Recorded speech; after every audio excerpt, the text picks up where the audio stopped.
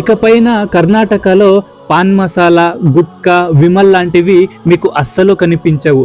ఎందుకంటే కర్ణాటక గవర్నమెంట్ ఒక సంచలన నిర్ణయం తీసుకుంది. పాన్ మసాలా, గుట్కా, విమల్ లాంటి టొబాకో అండ్ నికోటిన్ ప్రొడక్ట్స్ ని దాదాపు 1 సంవత్సరం పాటు బ్యాన్ చేసింది. అంటే ఇక షాప్స్ లో వీటిని అమ్మడం మాత్రమే కాదు, వీటి manufacturing, storage, transportation, distribution, sales మీద కూడా రిస్ట్రిక్షన్స్ ఉంటాయి. కానీ ఇక్కడే అసలు ప్రశ్న మొదలవుతుంది. గవర్నమెంట్ అసలు ఎందుకు ఈ ప్రొడక్ట్స్ ని బ్యాన్ చేసింది? ప్రజల హెల్త్ కోసమా?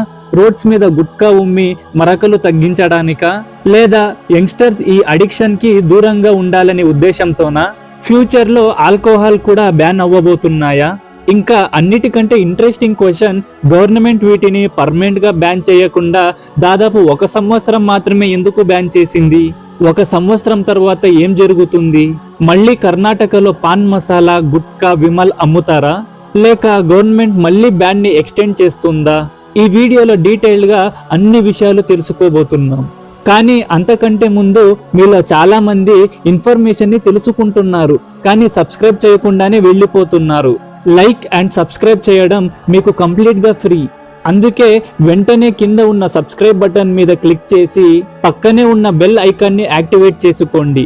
అలాగే ఈ వీడియోని లాస్ట్ వరకు చూడండి, చాలా ఇంట్రెస్టింగ్ టాపిక్స్ ఉన్నాయి. అలాగే ఇప్పుడే ఈ వీడియోకి ఒక లైక్ వేసుకోండి. ఇంకా టాపిక్ లోకి వెళ్ళిపోదాం. 2026 ఆగస్ట్ 10 నుంచి కర్ణాటకలో ఈ ప్రొడక్ట్స్ పై ఎన్ఫోర్స్మెంట్ మొదలయ్యింది. గవర్నమెంట్ ఈ డిసిషన్ తీసుకోవడానికి ప్రధానమైన రీజన్స్, ఒకప్పుడు మన పెద్దలు, వయసైన వాళ్ళు పాన్ మసాలా ఎక్కువగా వాడేవారు. కానీ ఇప్పుడు దాన్నే అడ్డు పెట్టుకుని పెద్ద పెద్ద కంపెనీలు వస్తున్నాయి.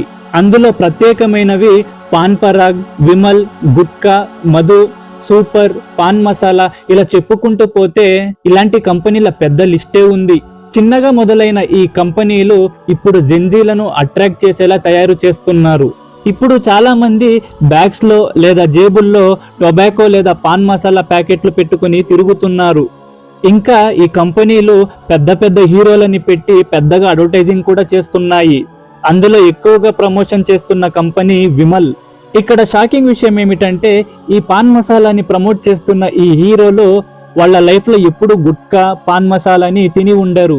అయినా డబ్బు కోసం ప్రమోట్ చేస్తున్నారు. ఎందుకంటే వాళ్లకు డబ్బు మాత్రమే ముఖ్యం, జనాలు ఎలా పోయినా వాళ్లకు పర్వాలేదు. ఇప్పుడు మనం రోజు చూస్తున్న మరో ప్రాబ్లం, చాలా సిటీస్ లో పబ్లిక్ ప్లేసెస్ దగ్గర వాల్స్ మీద, ఫుట్పాత్స్ మీద, కార్నర్స్ లో చ్వింగ్ టొబాకో లేదా పాన్ మసాలా ఉమ్మిన మరకలు కనిపిస్తూ ఉంటాయి. కొన్ని బిల్డింగ్స్ ను ఎన్నిసార్లు క్లీన్ చేసినా మళ్ళీ మరకలు కనిపిస్తాయి. ఇది కేవలం క్లీన్లీనెస్ ఇష్యూ కాదు, పబ్లిక్ హైజీన్ ఇష్యూ కూడా. కానీ ఒక విషయం గుర్తించుకోవాలి, ఈ కొత్త 1 ఇయర్ బ్యాన్ కి అఫీషియల్ గా ప్రధానమైన జస్టిఫికేషన్ చెప్పబడింది పబ్లిక్ హెల్త్ కన్సర్న్స్. ఇంకా ఇవి బ్యాన్ అయితే రోడ్లు కూడా చాలా క్లీన్ గా అండ్ నీట్ గా కూడా ఉంటాయి. కానీ రోడ్స్ మీద మరకలు తగ్గించడానికి మాత్రమే బ్యాన్ చేశారు అని చెప్పడం కరెక్ట్ కాదు. విమల్ బ్యాన్ అయ్యింది అని సోషల్ మీడియాలో సింపుల్ గా చెబుతున్నారు. కానీ లాని అర్థం చేసుకోవాలంటే బ్రాండ్ నేమ్ కంటే ప్రోడక్ట్స్ లో ఏముంది అనేది ముఖ్యమైన విషయం. అంటే ఒక ప్రోడక్ట్ లో టొబాకో లేదా నికోటిన్ ఉందా, అది ప్రాహిబిటెడ్ కేటగిరీలోకి వస్తుందా అన్నదే కీలకం. కాబట్టి ప్రతి విమల్ బ్రాండెడ్ ప్రోడక్ట్స్ ని ఒకే కేటగిరీలో పెట్టడం సరైనది కాదు. టొబాకో, నికోటిన్ కలిగిన ప్రాహిబిటెడ్ ప్రోడక్ట్స్ అయితే బ్యాన్ వర్తిస్తుంది. ఇందులో బిగ్గెస్ట్ క్వశ్చన్ ఏమిటంటే, గవర్నమెంట్ నిజంగా డేంజరస్ అనుకుంటే పర్మనెంట్ గా బ్యాన్ ఎందుకు చేయడం లేదు? 1 ఇయర్ మాత్రమే ఎందుకు బ్యాన్ చేస్తుంది? ఇక్కడ ఒక విషయం అర్థం చేసుకోవాలి. గవర్నమెంట్ ఆర్డర్ లో 1 ఇయర్ డ్యూరేషన్ పెట్టడం అంటే 1 సంవత్సరం తర్వాత ఖచ్చితంగా మళ్ళీ అమ్ముకోవచ్చు అని కాదు. అలాగే 1 సంవత్సరం తర్వాత పర్మనెంట్ బ్యాన్ అవుతుంది అని కూడా కాదు. ప్రస్తుతం ఆర్డర్ 1 సంవత్సరం పాటు అమల్లో ఉంటుంది. ఆ తర్వాత గవర్నమెంట్ పరిస్థితిని బట్టి తదుపరి చర్య తీసుకోవచ్చు. అంటే బ్యాన్ ని ఎక్స్టెండ్ చేయవచ్చు, కొత్త ఆర్డర్ తీసుకోవచ్చు, లేదా పరిస్థితులు, లీగల్ ఫ్రేమ్వర్క్ ఆధారంగా పాలసీని మార్చవచ్చు.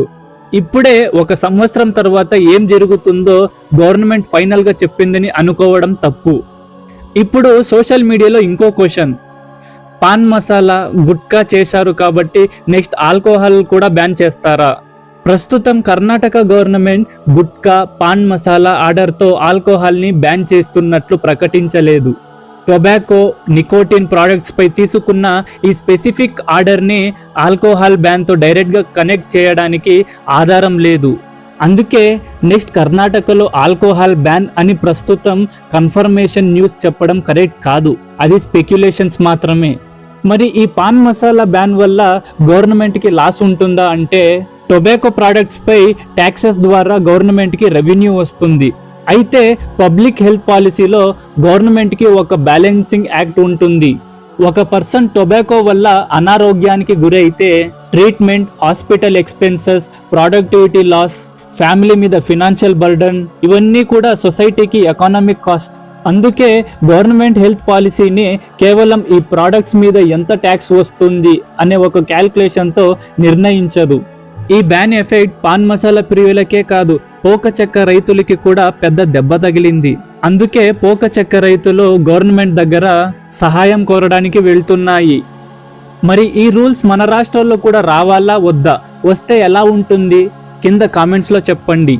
నన్ను అడిగితే ఈ పాన్ మసాలా 1 year కాకుండా పర్మనెంట్గా బ్యాన్ చేస్తే ఇంకా మంచిది. ఎందుకంటే దానివల్ల హెల్త్ పాడవడం తప్పితే ఇంకేమీ లేదు. కాబట్టి ఈ పాన్ మసాలాని పర్మనెంట్గా బ్యాన్ చేస్తే ఇంకా మంచిది. ఇది ఇవాల్టి వీడియో. మరి ఇక్కడి వరకు ఈ వీడియోని చూసారంటే నా వీడియో ఖచ్చితంగా మీకు నచ్చే ఉంటుంది. మరి అలా ఊరికే వెళ్ళిపోకుండా ఒక లైక్ వేసి సబ్స్క్రైబ్ చేసుకోవచ్చు కదా. నా వీడియోని సబ్స్క్రైబ్ చేశారు అని అనుకుంటున్నా. మరి నెక్స్ట్ వీడియోలో ఇంకో ఇంట్రెస్టింగ్ టాపిక్తో మళ్ళీ కలుసుకుందాం. అప్పటి వరకు సైనింగ్ ఆఫ్, మీ శ్రీని స్టోరీస్.